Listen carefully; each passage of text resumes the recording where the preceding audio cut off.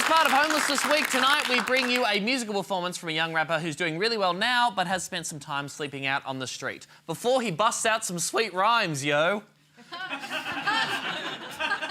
I'm sorry. He joins me here at the desk. Please give a very warm welcome to D Minor, everybody. Thank you for having me.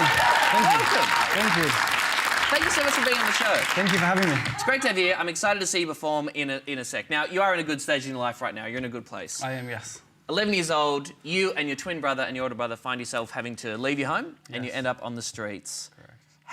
How does an 11-year-old survive out there? It was difficult. It was very difficult. As you said, I found myself homeless with my twin brother, and we were it was just due to a neglectful environment, family environment, and yeah, I just remember countless nights just living on the streets, and I guess the survival mechanism kind of kicks in, and I speak a lot about it, yeah, but a lot about my music. But I talk about how I used to sleep next to bakeries, and I guess.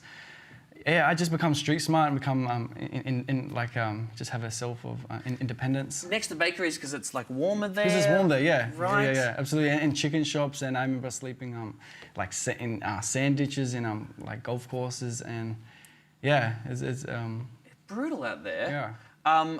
And you're still going to school, is that right? I was still attending school, yeah. And I never informed teachers of what was going on.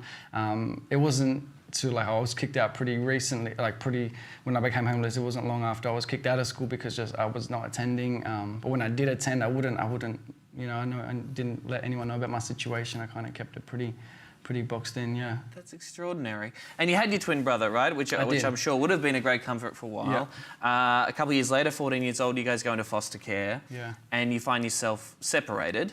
You think it's a temporary thing, but that's not what actually happened, is that right? Yeah, it's not. So after I becoming homeless, I got picked up by the Department of Community Services, and I was placed in many refuges and many foster homes. So I started out in foster homes and was just bouncing between every foster home, just every night was in a different foster home, and then I got placed in refuges, and there was only certain refuges that would take, they only had spots, one spot available, so they couldn't take, I guess, twins, they couldn't take two places, so we got split up, and I thought it was just going to be temporary, but then I lost all contact, and then I just accepted the fact that, okay, he's gone as well. You didn't see me think, oh, we'll be apart from each other for a night while we're in different places, and then what was it, 2 years later? Yeah, 2 years later, because I guess I was just young, so I just thought maybe this is something they must have their stuff organised, right? But they don't. They don't. They don't at all. So we got split up, yeah, and then we just got placed around in many foster homes around Sydney, and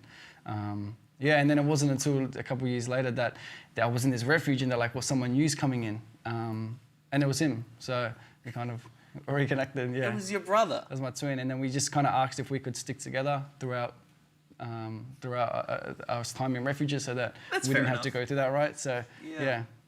Extraordinary stuff. And then you eventually, thankfully, find yourself sort of back in educational environments, and you're kind of encouraged to pursue your love of music. Yeah. So I was, at year 8, I was kicked out of school, and then just for not attending, and I guess due to being homeless, and at the moment now I'm finishing my bachelor's degree off at university.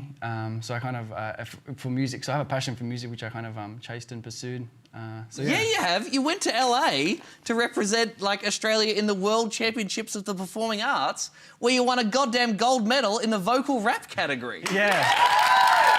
Thank you. I didn't know there were rap categories. Yeah, so it's like the Talent Olympics. So it's like Talent Olympics, and it's held in Los Angeles, and it's the World Championships of Performing Arts, and I represented Australia, and I wrote a song, and the song was called, it was actually held in Long Beach, California.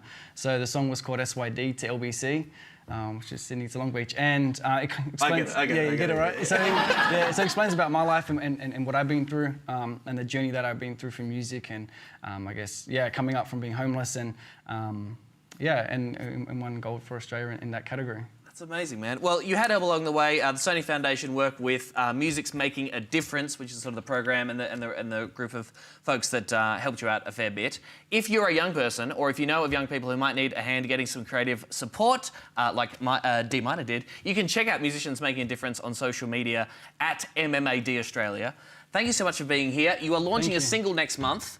Yes. And you're going to perform it for us tonight. What's it called? It's called Concrete Pillow. Concrete Pillow with your friend Libby. Thank you so much for being here. Take it away. D minor, everybody. Thank you.